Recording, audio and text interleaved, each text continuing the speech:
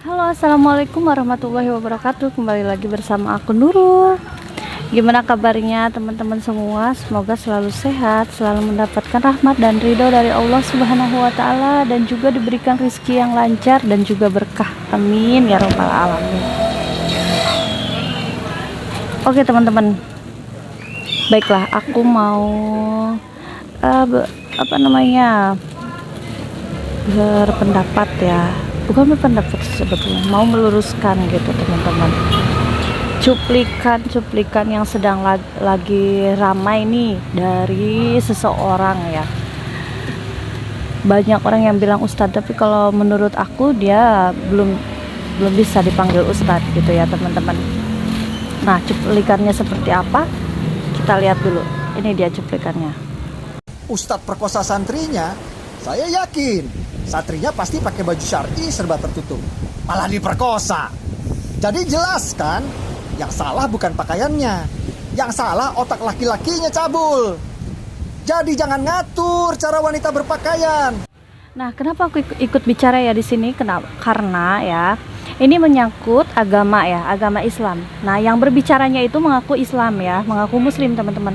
Kalau misalkan dia yang berbicaranya itu bukan Muslim, mungkin aku hanya berbicara lakum dinukum waliyadin ya. Jadi untukmu agamamu dan untukku agamaku. Nah, ini masalahnya, yang berbicara mengaku kalau dia itu Muslim, dan kemudian dia berkata jangan mengatur. Dia bilang jangan mengatur cara berpakaian wanita. Nah, sebetulnya dia tuh lagi marah sama siapa gitu? Dia lagi marah sama siapa? Kamu jangan mengatur cara berpakaian wanita. Dia lagi ngomong sama siapa gitu? Lagi marah sama siapa gitu? Nah, cara berpakaiannya wanita itu sudah diatur dalam Al-Quran. Yang memberi perintahnya itu adalah Allah Subhanahu wa Ta'ala dalam Al-Quran, surat Al-Ahzab ayat ke-59 ya. Yang bunyinya seperti ini teman-teman. Bismillahirrahmanirrahim.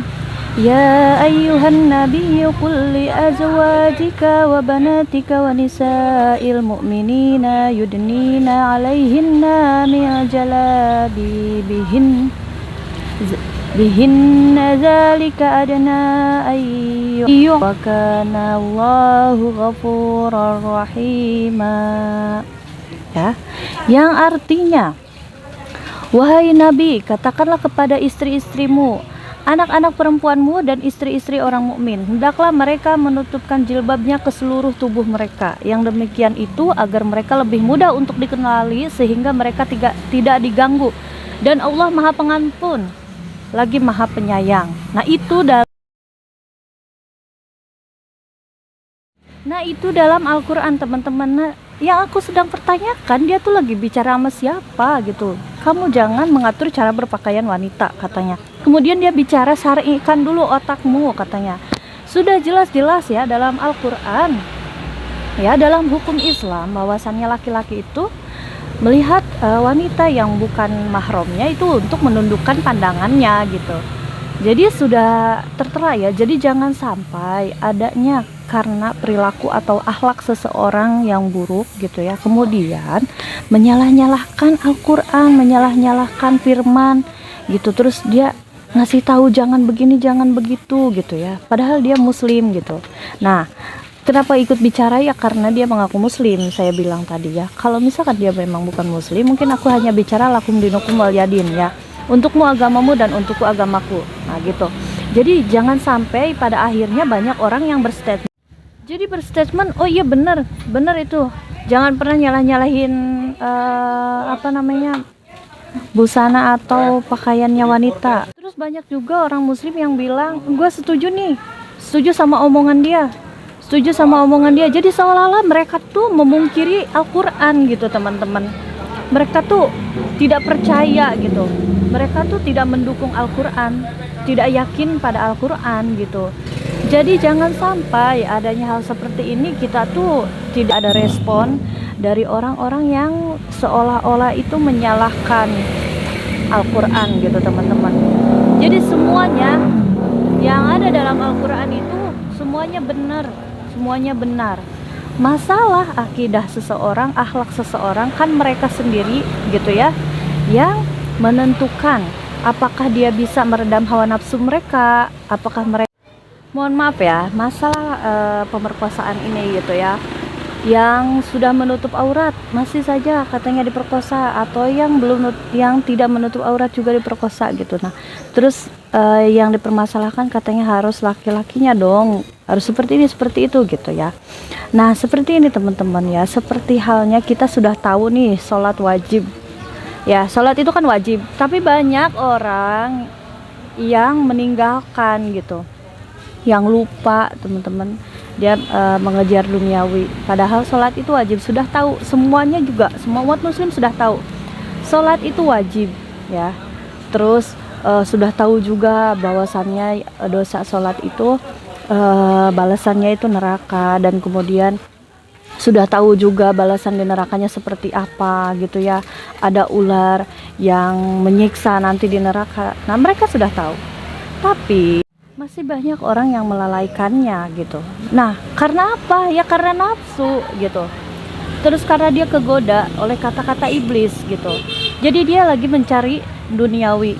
Kemudian waktunya zuhur, berkata nanti masih ada waktu, atau lagi sibuk, terus sampai kedodoran terus sampai asar, kemudian asar juga sama masih sibuk, sampai maghrib masih sibuk, terus sampai isya masih sibuk ngejar dunia gitu. Nah, begitu juga dengan akhlak ya, laki-laki mungkin yang seperti itu sudah berbuat zolim ya, memperkosa orang, memperkosa wanita gitu, kayak gitu. Nah, itu juga termasuk dosa yang dia pun sebetulnya kalau dia secara sadar dia juga nggak mau, tapi karena dia mengikuti hawa nafsu, mengikuti bisikan iblis, bisikan setan, maka dia melakukan hal itu gitu. Nah, maka dalam hal ini bukan waktunya menyalah-nyalahkan, jangan menutup aurat, jangan jangan mengatur cara berpakaian wanita, jangan mengatur perilaku wanita gitu. Tapi harus diperbaikilah otaknya laki-laki, atau misalkan perilakunya laki-laki. Tapi yang harus kita lakukan adalah introspeksi diri, kemudian banyak membaca Al-Quran dan maknanya ya, kemudian kita amalkan gitu. Semua manusia seharusnya seperti itu.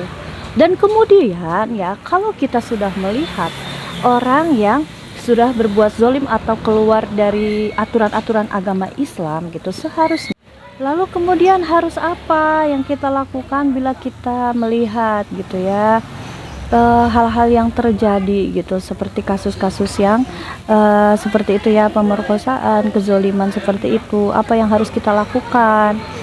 Yang harus kita lakukan yang pertama adalah memperbanyak istighfar. Yang kedua adalah kita harus lebih ketat lagi menjaga anak-anak kita ya, baik itu di lingkungan tempat mereka bergaul, kemudian di rumah juga bersama keluarga. Kita harus beritahu gitu batasan-batasan, mahram-mahramnya siapa saja kita harus beritahu. Kemudian dari pergaulan juga kita harus memberitahu gitu, seperti apa sih gitu kan. Luar biasanya perempuan itu kalau keluar gitu ya, dilihat oleh bukan mahram. Jadi perempuan itu bila keluar kemudian dilihat oleh yang bukan mahram ya, iblis itu akan memberikan hiasan kepada wanita itu agar dilihat oleh yang bukan mahram itu naik gitu nafsunya. Jadi kita harus memberikan betul-betul kepada anak-anak, saudara-saudara perempuan gitu ya, yang baik-baik, segala apapunnya juga kita kasih tahu gitu ya. Jadi jangan pernah kita melihat gitu perilaku laki-laki yang bukan mahram mungkin terlihat baik gitu ya, terus kita mau aja diapain gitu. Jangan gitu. Pokoknya kita harus menghindar dari dari laki-laki yang bukan mahram gitu. Kita harus ngasih tahu sama saudara perempuan, anak perempuan gitu. Nah, jadi tanggapannya seperti itu, harus memberikan pelajaran pada anak-anak. Nah, terus pendidikan yang buat anak laki-laki juga gitu. Penting sekali memberitahukan pada anak laki-laki jangan dekat juga atau bergaul gitu ya yang terlalu bebas dengan yang bukan mahram gitu. menjaga pandangan seperti itu ya. Jadi kita harus memberikan pendidikan yang sesuai dengan agama Islam gitu ya.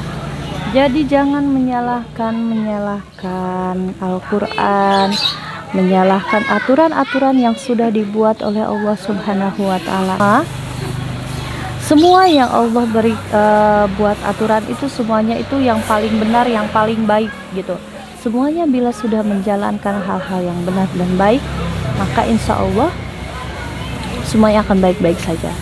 Nah sekarang makanya kemudian kita banyak-banyak berdoa ya, banyak berdoa sama Allah agar kita terhindar dari keburukan-keburukan, dari musibah-musibah, agar kita terhindar dari kezoliman orang gitu ya, yang akhlaknya buruk gitu. Terus kita memberitahu kepada anak-anak kita, baik laki-laki atau perempuan gitu ya, bahwasannya antara laki-laki dengan perempuan yang bukan mahram itu harus mempunyai batasan. Nah sekarang gini, kita lihat di Tarim ya, di kota Tarim, wanitanya itu semua menutup aurat. Kemudian mereka itu malu kalau melewati laki-laki yang bukan mahram gitu. Mereka tuh malu gitu teman-teman. Karena kenapa? Karena baik laki-laki baik perempuan ya, semuanya itu punya hawa nafsu gitu. Jadi sama-sama harus diberikan nasihat ya. Jadi semuanya itu harus diberitahu ilmu pengetahuannya. Dan kemudian setelah diberikan nasihat, banyak-banyak berdoa gitu ya teman-teman, untuk yang terbaik gitu. Dikasih doa selamat, berdoa agar dijauhi dari orang-orang yang zolim seperti itu ya. Dan bila sudah kita melihat orang-orang yang tidak berakhlak, orang-orang yang sudah mendapatkan musibah, kita jangan hujat, makanya jadi perempuan begini, makanya kamu jadi laki-laki harusnya begini gitu. Kita jangan merasa bahwa diri kita itu terbebas dari dosa. Semuanya mempunyai dosa. Yang harus kita lakukan adalah berdoa. Nah ini aku beli itu dari waktu pas harga emasnya itu 800.000 gitu ya, dalam 1 gramnya.